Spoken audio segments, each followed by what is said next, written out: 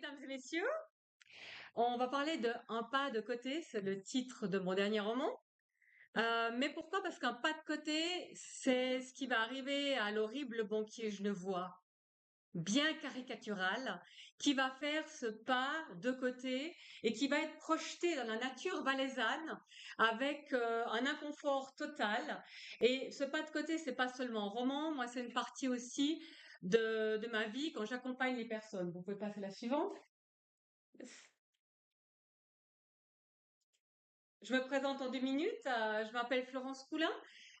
J'étais biologiste, donc ça c'était une partie de ma vie dans les laboratoires. Et quand j'en suis sortie, j'ai travaillé dans la formation, le coaching et plus tard l'écriture et la photographie. Donc les photos d'ailleurs que vous verrez dans la conférence sont essentiellement 90% ce sont les photos que j'ai prises parce que la nature permet ce pas de côté. La nature permet de se ressourcer et pour moi, elle est juste fondamentale. Dans la nature que j'écris mes romans. Jamais à la maison. Je ne suis pas du tout inspirée à la maison. Vous pouvez passer à la suivante. Alors, tout a commencé, en tout cas ce roman et ce pas de côté, par la rencontre de... J'avais donc une idée de ce que je voulais faire avec ce pas de côté. C'est important, c'est des choses que j'accompagne beaucoup en coaching, des gens qui ont fait des, hum, des burn-out, un gros coup dur dans leur vie. Et ce pas de côté, j'en parle un peu à un berger transhumant qu'on m'a conseillé, qui s'appelle Papo. Et lui qui ne parle jamais. Il avait que ses brebis. Il est resté 2 heures au téléphone pour me raconter aussi son pas de côté. Il vivait vraiment des choses très très difficiles et c'est lui qui m'a dit, mais votre roman doit s'appeler Un pas de côté. Et je remercie d'ailleurs Bernard des éditions de la Maison Rousse qui ont accepté, ils ont accepté aussi de garder ce titre qui était très important pour moi parce que lui, ça lui a permis de faire son pas de côté. Et d'ailleurs, je l'ai retrouvé il y a un mois. Il a plus du tout berger, il a arrêté complètement, il a pu vraiment faire ce pas de côté pour retrouver une nouvelle orientation, une nouvelle vie. C'est le cas de beaucoup de gens. Beaucoup de gens font des pas de côté pour se dire tout à coup, bah tiens, peut-être maintenant je veux me réorienter et je veux trouver un autre sens à ma vie ou d'autres challenges. Et ce pas de côté, il est fondamental et la nature aide beaucoup. Alors voilà, tout commence par une rupture, donc je vais vous lire un passage, comme ça vous aurez aussi une idée de ce qui se passe, et la nature, elle est là. Alors le livre commence comme ça. Crac! Sylvain entendait encore le craquement sec qui s'était produit dans sa vie. Il y avait maintenant plus de 9 mois. Sa vie avait basculé. La même semaine, il avait été licencié de la banque dans laquelle il travaillait depuis 15 ans, et sa femme le quittait. Il n'avait rien vu venir. Il n'avait pas voulu voir. Une déchirure douloureuse, une longue plainte, un courant d'air glacial s'était soudainement invité dans son existence. Et si la blessure n'était pas encore totalement cicatrisée à présent, il pouvait revoir le fil des événements de cette double rupture et de son chemin de construction et de reconstruction avec plus de bienveillance et de gratitude qui finalement lui avait rendu service. Next. Alors c'est vrai que les pas de côté, bah, tout le monde en fait à des petites ou de grosses doses. Ce qui est important, c'est le déclic. Et c'est pas anodin qu'on fasse un pas de côté. C'est souvent des coups durs dans la vie, des moments troubles, des tournants, des décisions importantes où on se rend compte que là où on est en train d'être allé, la vie nous a poussés. Et tout à coup, c'est pas tout à fait en accord avec nos valeurs. Ça peut être aussi des gens qui n'en peuvent plus, souvent par des situations de travail ou personnelles ou de couple ou de maladie, et qui vont dire, voilà, il faut que je fasse un point, il faut que je fasse un pas de côté pour mieux voir où je vais et comment je peux réorienter ma vie. Alors, ce que j'ai vécu, en tout cas avec mes clients, c'est souvent un âge pivot à la retraite. C'est un sacré âge pivot pour faire un pas de côté. C'est-à-dire comment je vais faire. Comment je vais m'y prendre? Est-ce que le couple fonctionne? Comment on va faire 8 heures à 10 heures par jour ensemble, alors qu'avant tout le monde était au travail? Ça peut être pas mal de situations de chômage. On n'a pas décidé d'être au chômage, mais à un moment donné, on est licencié. Eh ben, c'est souvent le moment, moi je vois les gens qui ont passé ces périodes-là, elles disent clairement, ce pas de côté m'a permis de voir plus clair, de me poser des questions, parce que quand j'étais dans l'action, j'avais jamais le temps d'y réfléchir. Ça m'a peut-être aidé à clôturer des relations avec des gens finalement qui étaient toxiques et qui ne me convenaient pas. Donc, ça peut être intéressant de se dire aussi, il y a des burn-out, il y a beaucoup de burn-out et des décès. Et ces moments-là permettent de se dire comment je vais réorienter ma vie, quel sens je vais donner à ma vie. Alors, les étapes, souvent, qu'on a dans ce pas de côté, j'appelle ça, et moi j'aime beaucoup cette métaphore de la chenille, parce que les personnes me disent, mais là je sais plus où j'en suis, je ne vois plus où je vais, et je suis complètement perdue dans ce moment de trouble, et je ne sais pas comment avancer. Et moi je leur dis, c'est normal, vous êtes en période bouillie de chenille. La bouillie de chenille, j'aime cette métaphore parce qu'une chenille, elle a une structure de chenille, elle fait ce qui est programmé en elle, elle fait son cocon. Et si on le regarde au rayon X, à un moment donné, quand elle n'est ni papillon ni chenille, il n'y a plus de structure. Et c'est ce que vivent les gens qui font ce pas de côté. Ils sont perdus, il n'y a plus de structure, ils savent plus à quoi se raccrocher. Et inévitablement, la chenille va se transformer en papillon parce qu'elle est programmée pour ça. Et nous, on est programmé finalement pour s'en sortir, pour vivre, pour aller de l'avant. Et c'est ce qui va arriver à Sylvain, le banquier. Donc, ce qui est important, c'est de se dire, il y a un moment donné, on s'arrête et oser se donner l'autorisation de s'arrêter pour faire un stop, pouvoir avoir le temps de réfléchir et sortir de cette action qui n'arrête pas en fait, de nous prendre. Oser, c'est aussi prendre le risque de tout perdre. On sait ce qu'on perd, on ne sait pas ce qu'on gagne. Et quand on a perdu, entre guillemets, quelque chose, on s'est aussi délesté de valises et de choses qui étaient compliquées et difficiles. Et quand il y a du vide, parce que la nature n'aime pas le vide, il y a tout à coup plein de choses qui arrivent, parce que ça se remplit, parce qu'on a fait du vide quelque part. Y compris avec les clients. Moi, je vois à chaque fois que je clôture avec un client que ça suffit, je me dis là, j'en peux plus, avec celui-là, c'est bon, j'ai donné, j'arrête, et quand j'ai osé arrêter, il y a d'autres gens qui arrivent, et des gens beaucoup plus sains. Ça veut dire aussi faire les choses autrement. C'est ce que va faire Sylvain, le banquier. Il va devoir se dire, il va falloir que je fasse les choses autrement, se dépasser, faire le pas, passer à l'action. Donc, on a des doutes, on a des peurs, et c'est normal, et il va falloir oser avoir ce chemin. Quelqu'un disait, c'est le chemin de foi. En fait, on avance sans savoir où on va, mais chaque pas a son sens. Chaque pas nous amène quelque part. On navigue dans le brouillard, et un jour, tout à coup, tout se déchire. On se dit, waouh, j'ai fait ce chemin, j'y suis. Et là, enfin, on voit clair. Mais pendant toute cette période, c'est important de se dire, c'est bon, il faut que je continue. Et là, en tout cas, la nature aide, c'est un soutien incroyable parce qu'il y a plein de solutions. Les animaux, là, les plantes ont tous des solutions pour s'en sortir. Il y a une résilience incroyable. L'humain est capable de ça. Il n'y a pas de raison que ça nous arrive pas. Après, c'est important de se dire aussi, ben voilà, maintenant ce que j'ai découvert, il faut que j'en fasse quelque chose. Donc là, Sylvain, il va devoir en faire quelque chose. Et bien sûr, je ne vous dirai pas tout ce qui va lui arriver pour qu'il en fasse quelque chose. Ça peut être important aussi pour les humains en général et dans le monde professionnel, c'est d'arriver à pardonner. Si on ne peut pas toujours pardonner aux autres de ce qu'ils nous ont fait, on peut au moins essayer de se pardonner à soi, souvent d'avoir attendu aussi longtemps pour oser faire ce pas. Moi, j'ai vu des divorces comme ça, où les personnes m'ont appelé et m'ont dit, mais ça fait 3 ans qu'on en parle, que je travaille avec vous à petite dose. Là, j'ai enfin osé faire le pas. Et puis une année après, qu'ils me disent, en fait, bravo, merci. Parce que maintenant, je peux me pardonner d'avoir attendu si longtemps. Je me dis, mais pourquoi je l'ai pas fait avant? Ben, les gens n'étaient pas prêts. Et c'est important là de leur dire aussi, voilà, t'étais pas prêt. Alors là, Sylvain, lui, il n'est pas du tout prêt, mais il va faire avec bon gré mal gré et il a que 6 mois pour le faire. Là, c'est de la sémonte. Alors, pourquoi la nature? Parce que bah, d'abord, un coach comme pourquoi j'officie depuis 24 ans, c'est extrêmement intéressant parce que je vais aider et confronter les gens et les aider à avancer. Mais on n'a pas toujours cette possibilité. Et là, en tout cas, la nature va aider à Sylvain à dire, je vais prendre mes modèles dans la nature et la nature va me questionner. Donc, la nature, c'est le silence. Quand on a du silence, on a du temps pour réfléchir.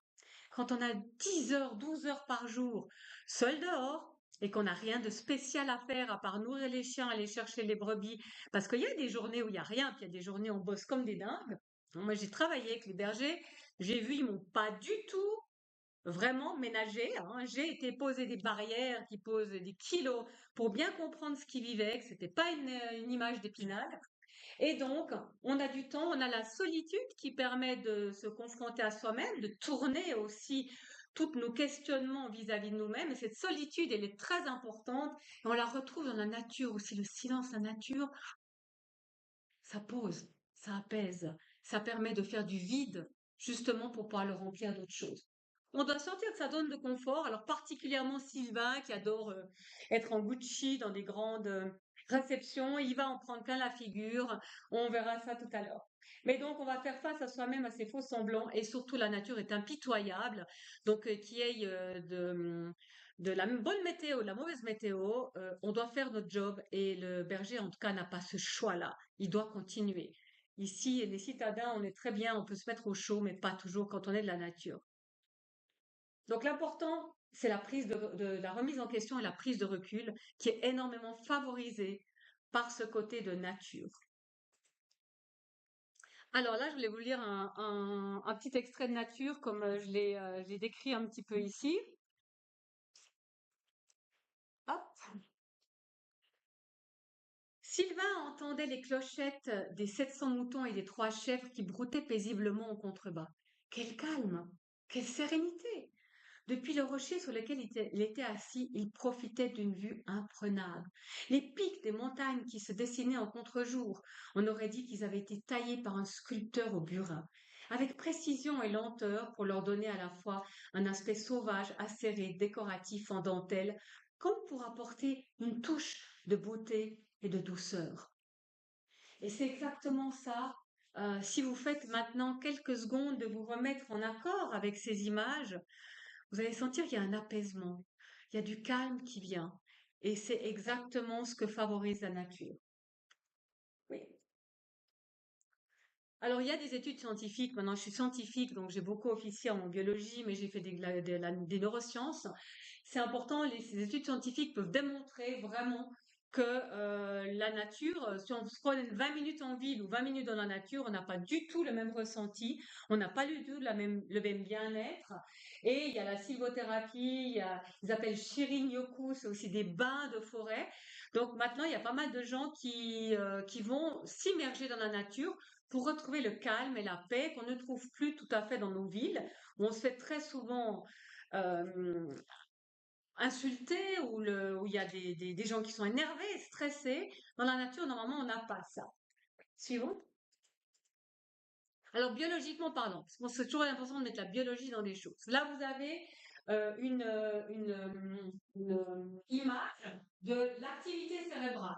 Donc, c'est la nature et la sylvothérapie. Et chaque fois qu'on est dans un milieu naturel qui impose par sa grandeur, par son infini et son silence, c'est comme si on fait de la méditation. Donc, quand on fait, par exemple, la contemplation, on s'émerveille devant le paysage, on voit comme en méditation l'activité cérébrale qui diminue, les connexions qui ont moins d'influx, on voit une diminution du rythme cardiaque, on voit des tas d'hormones qu'on verra après qui vont diminuer le stress, toutes les hormones de stress. Donc l'adrénaline qui monte chaque fois qu'on est en ville, qu'il y a une voiture qui nous passe devant, qu'il y a un collègue qui nous harangue, tout ça, ça se pose parce que on arrive à avoir ce côté apaisant de la nature et on va produire des hormones antagonistes à l'adrénaline qui vont baisser le stress et nous faire atterrir dans quelque chose de beaucoup plus agréable. Ce qui fait aussi que quand on rentre à la maison ou quand on voit d'autres gens, on est aussi beaucoup plus accueillant et agréable. Ça vaut la peine de descendre ça. Ça augmente aussi la concentration et l'énergie de pouvoir faire un petit moment de lecture, ça marche aussi, et des natures. La suite. Voilà, ça c'est les 4 hormones essentielles dont tout le monde parle, mais qui sont effectivement l'ocytocine, c'est l'hormone du lien. À chaque fois qu'on fait un gros câlin à quelqu'un, chaque fois qu'on médite, qu'on fait quelque chose de bienveillant, on va sécréter de l'ocytocine qui diminue l'adrénaline. Les endorphines, rien de plus simple que rire. On rit 2 minutes, on sécrète autant d'endorphines que quelqu'un qui commence à faire du sport. Il faut 20 minutes pour que ça se mette en place, pour pouvoir générer les endorphines. Les endorphines, effectivement, de nouveau aussi baisse la pression et nous mettre une décontraction assez importante. Ceux qui font du sport le savent, mais il suffit des fois de rire en bon coup avec des choses toutes bêtes et on oublie de rire. Les enfants sont très bons pour rire, les adultes, on a oublié de rire.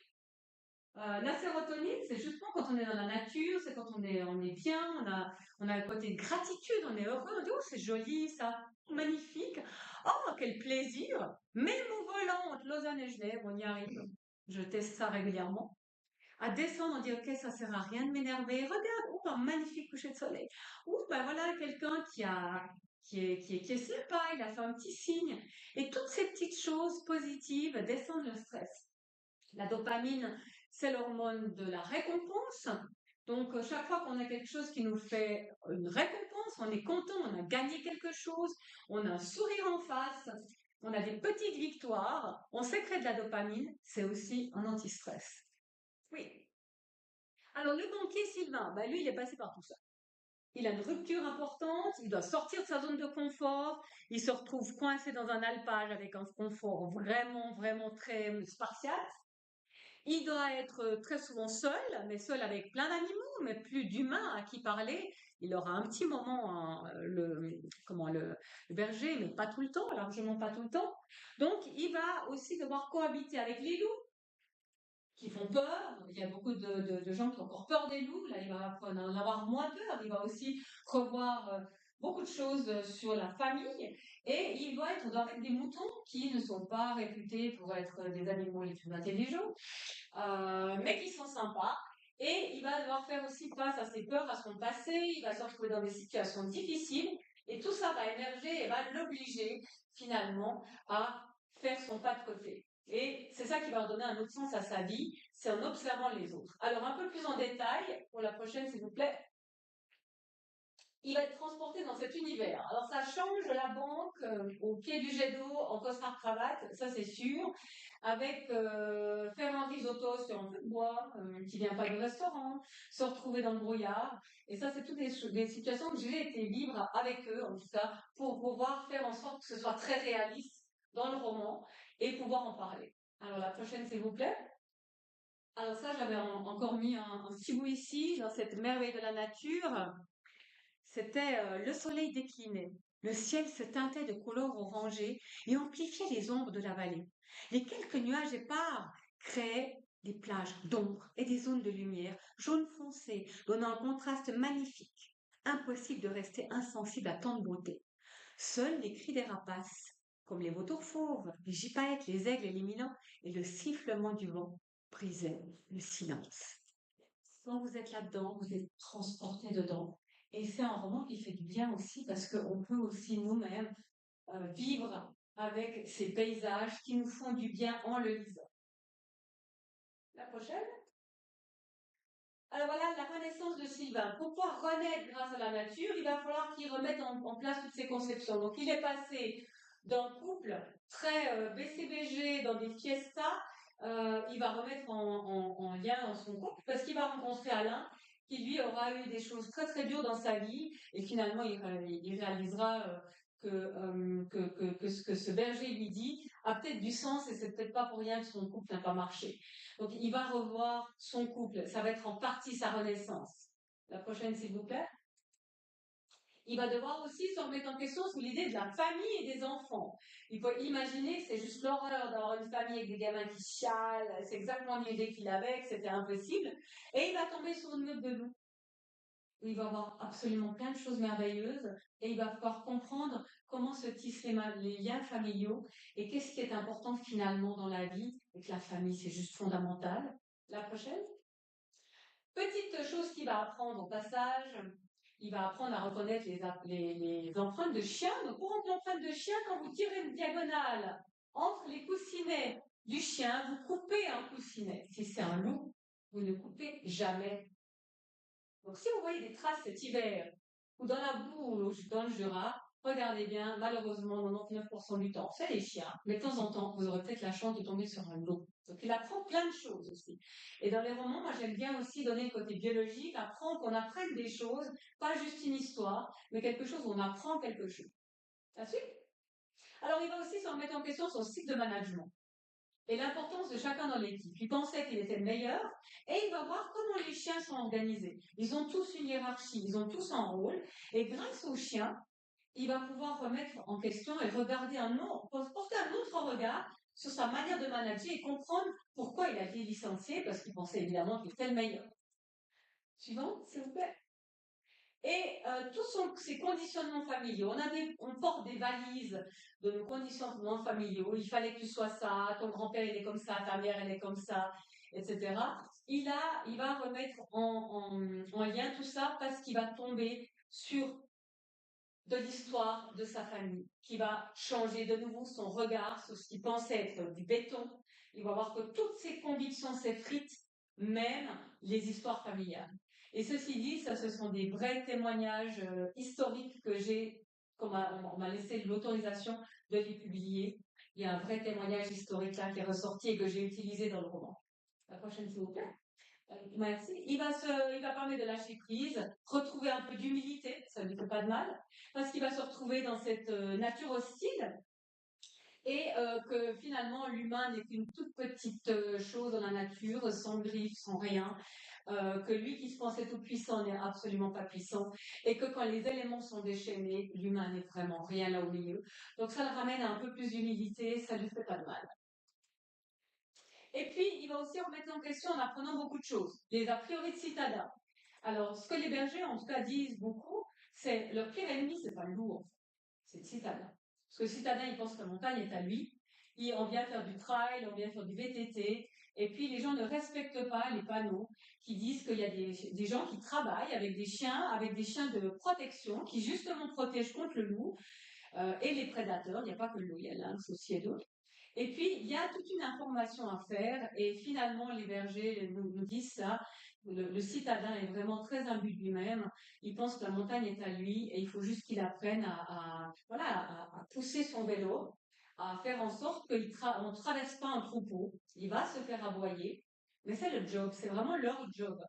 Donc ça, il va apprendre aussi évidemment ça et va pouvoir aussi le transmettre plus tard. Donc ça, c'est des choses qu'on apprend aussi dans le livre. Si vous connaissez pas ça dans les montagnes, ça vaut la peine de lire. Il y a plein d'indications sur comment ça fonctionne parce que lui va apprendre tout ça. Et la guérison, à un moment donné, dans cette solitude, il va guérir. Donc je vous donne un dernier extrait pour cette conférence. Sylvain réalisa alors qu'il avait perdu en confort, mais aussi qu'il gagnait en qualité de vie. Il profitait pleinement de chaque instant. C'était un dur labeur, une vie rude et franchement pas facile. Mais il avait tant appris, découvert un monde totalement inconnu que lui qui pensait tout connaître. Il avait rencontré la solitude, la peur, le froid, l'épuisement. Chaque jour, il côtoyait ses limites, aussi bien physiques que psychologiques. En fait, il se sentait plus vivant. Et comme s'il avait acquis l'aptitude de mieux apprécier chaque chose que la vie lui offrait, alors qu'auparavant, il survolait tout ça avec un du tout lui était dû.